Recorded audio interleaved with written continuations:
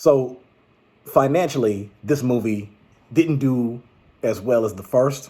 The first one had a budget of just under $5 million. The box office was 82 million. That's pretty good for a movie like that. And this movie right here had a budget of just over 10 million, and the box office was only just over 35 million. So luckily they didn't lose anything, but the gap between budget and box office with the two movies compared, obviously this one, the gap was tighter. So that means the first one was more of a financial success. Now, in my opinion, I would say this one was it was a little bit better than the first. In my opinion, it was more enjoyable. I think going into it, it was much more suspenseful. A lot of the scenes were just as torturous and just as cringeworthy and gory and bloody and wildly insane. Beth, Lorna, and Whitney, three young American women traveling abroad in Rome, decide to take a weekend excursion. Lured from their intended destination by a beautiful acquaintance, the women anticipate a stay at a luxurious spa. Instead, they become pawns in a grisly game designed to entertain wealthy deviants from around the world. This movie came out in 2007, also directed by Eli Roth, distributed by Lionsgate Films, Screen Gems, Filmflex, Falcon AS. The cast of the movie, I think they had a good cast. Heather Matarazzo played Lorna. Lauren German played Beth. Roger Burt played Stuart. Bijou Phillips played Whitney. Jay Hernandez is Paxton. Edwidge, it looks like Edwidge Fennick or Finnesh. Fennick, I'm going to go with that. I haven't seen the name before. She was the art class professor. Vera Jordanova as Axel or Excel, and Daniel S. Frisch as Decapitated Fan. Okay. Now, the ratings and the reviews on this movie, they're a little bit kind of branched out. Rotten Tomatoes only gave it a 44. Metacritic gave it 46. Internet Movie Database gave it 55. And Google users gave it 78 to 81. Now, what did Common Sense Media have to say? How did Common Sense Media rate this? They gave it a 2 out of 5, so 40%. They said gory torture bloodbath checks in for another stay. Any positive messages? It says none. A montage of a bidding war for victims reveals that the movie's sadistic secret society has a diverse, affluent international clientele.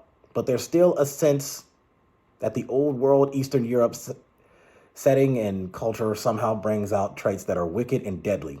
A character who escapes may or may not be stained with the murderous spirit. Now here's how they break it down. What's the story? In the first movie, a cheap European inn turns into a death trap for a group of college-aged wayfarers when they're kidnapped, taken to a grim factory, and sadistically slaughtered by wealthy consumers. At the beginning of part 2, Hostel's sole escapee is eliminated by the secret society whose evil influence turns out to reach worldwide. Their wealthy clients ensconced in cushy skyscraper offices and corporate boardrooms bid via internet and PDA on who gets to have the choicest kill, then fly over to Slovakia to do it. While the first movie's victims were primarily American college guys looking for easy drugs and sex, the sequel's premium prey consists of 3 female American art students. Wealthy, smart Beth, bookish Lorna, and party girl Whitney are enticed to a slinky European motel friend to the familiar Slovakian hostel and a colorful yet creepy ethnic festival. Viewers also meet 2 American clients who paid to kill the girls, Todd and boisterous Mako Claude, who can hardly wait to spill blood, and Stuart, who's more hesitant and uncertain. Hostel barely gave viewers any details about the ordinary-looking sadist patronizing the place. But here, Todd speaks eagerly of committing murders as a sort of rite of passage.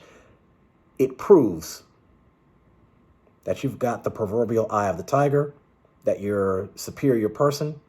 He compares taking life with having sex for the first time. Compares taking a life with having sex for the first time. Yeah, pretty wild. The parents on here gave it a 40%. 22 kids, the average review based on 22 kid reviews gave it 60%. Again, I've already talked on this show numerous times about how your average horror slasher films are things that my parents definitely would have not let me watch at a certain age. I always talk about Jason and Freddy and Scream and Halloween and Chucky and Saw and stuff like that. For something like this, shoot, my parents probably wouldn't have let me watch this till I was 18, maybe 17 at the latest, or at the earliest. But it says, isn't any good? There's a feeble argument to be made that Hostel Part 2 is a better film than the original gore torture hit. And I would say the same thing, arguably. The first movie I would give I think I gave the first movie a 6. This one I would give a 6.5, maybe a 7. So I would say it is around the edges a little better, just in terms of the suspense and the build-up. What's better about this equally sadistic sequel? This time around, the target audience, the sort of fans who instantly recognize the names of Italian gore movie icons of the 70s and the supporting cast, are already in on the grisly secret. So rather than waste time going through the motions again, director Eli Roth uses Hostel Part 2 to address a little bit the philosophical rationale for the factory and the working operations of the secret society of murderers that maintains it. But there are still gallons of blood and nonstop ghastly violence, so viewers who thought the first film was an atrocity won't see many redeeming qualities here either. When a nude woman takes a blood shower under the spurting, suspended body of a dying victim, viewers will probably be too grossed out to do much thinking, but on a certain level, these Hostel movies do have a grim message, proposing that human nature really is this dark and depraved. There's reason to believe that. Stewart, having second thoughts en route to the factory, asks, "Are we sick?" Todd responds, "We're the normal ones." Eastern Europe, with its history full of wars, genocide, and grim fairy tales, is portrayed as a place where recreational torture and death can become a profitable business. The factory, with its snarling dogs and gates, recalls imagery from the Holocaust movies like Schindler's List. The American girls are somewhat more gracious visitors than the first film's sex, drugs, and rock and roll Yankee guys, but the message seems similar and more than a little xenophobic. These foreigners and their ways are different. Staying home is safer. Talk to your kids about. Families can talk about the appeal of extreme gore. Why do you think torture horror movies are so popular now? That one I really can't answer. For all the torture movies that I'm aware of, the one that I would argue is most popular, and not saying that it's my favorite, is the Saw franchise. And I think I'm only saying that based on the sole factor that they have 10 movies. Hostel has 3. Another torturous movie franchise I've seen was I Spit on Your Grave. I've seen all 5 movies, and I'll get to that in another video, giving you my thoughts on that, which won't take long. And what was the other one I was thinking of? Last House on the Left, which it was disturbing, and it wasn't as extreme to this exact type of degree, but still, nevertheless, not one of my favorites either. And to my knowledge, I think they just had 2 of them. I think there was the original from 1972, and then there was the remake from 2009, I want to say that was. And I'm not really sure what it is. I think most people, I would guess, probably look at some of this stuff and say, this is a little too much. You know, I'm saying this as a person who watches Scream on a daily basis. Scream movie, Scream TV show. I like Halloween and all the other slashers I always talk about.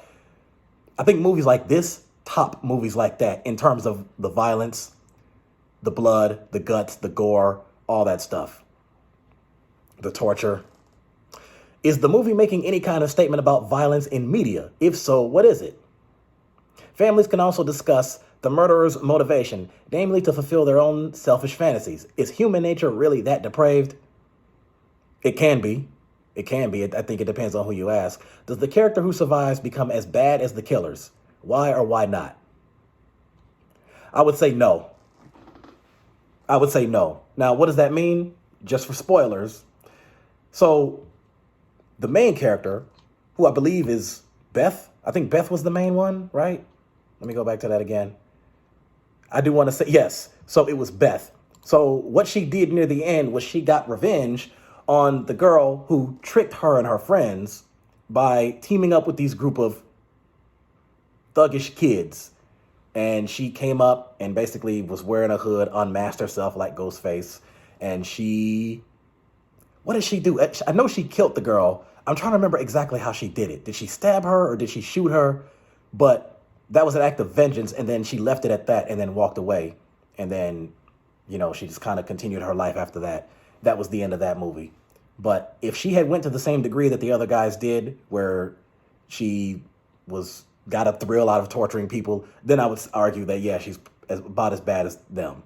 So, but that's just my opinion. You might have a different take. Let me go back to it. So that was that movie. So overall, I would say a 7 at best for this movie. The last one was about a 6, so this one was just slightly better. If you want to watch it, it's available to watch for free on Pluto and Plex. It was actually just on Amazon Prime, and I just watched it the other night, and they just took it off. But it's on Pluto and Plex. I'm sure there's ads, commercials, but hey, at least it's free. So you go ahead and watch it if you want to, and you let me know what you think. Like and subscribe. I got more movies and shows coming.